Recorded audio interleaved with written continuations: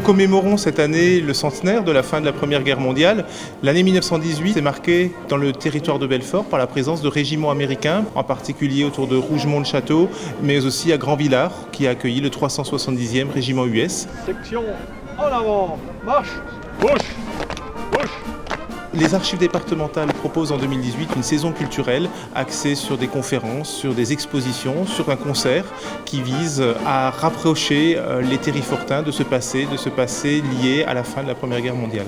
Le département a voulu rendre hommage à ces acteurs parce que ce sont eux qui ont fait l'histoire, alors certes de France, mais plus particulièrement du territoire de Belfort. On a voulu mettre à l'honneur les femmes dans la guerre, on a voulu mettre à l'honneur la musique dans la guerre, puisque c'est à cette période-là, par exemple, que sont arrivés les premiers Américains en France avec leur histoire musicale.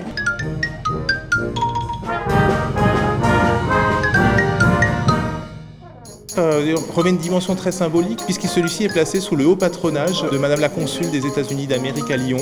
Donc nous avons voulu faire revivre au travers de ce concert l'amitié franco-américaine qui a permis la conclusion de la Première Guerre mondiale.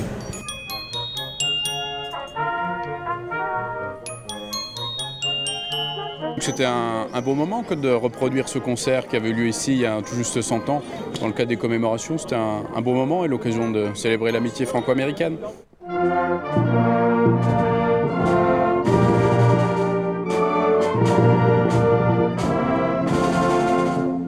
Sur le fort de Douaumont, il est écrit « Celui qui ignore le passé n'est pas digne du futur ». Si nous sommes aujourd'hui sur cette place-là, c'est grâce à eux.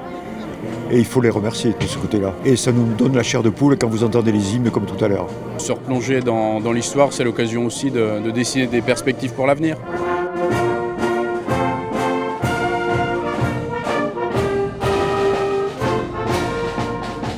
Retrouvez le programme des commémorations sur le site www.archives.territoiredebelfort.fr.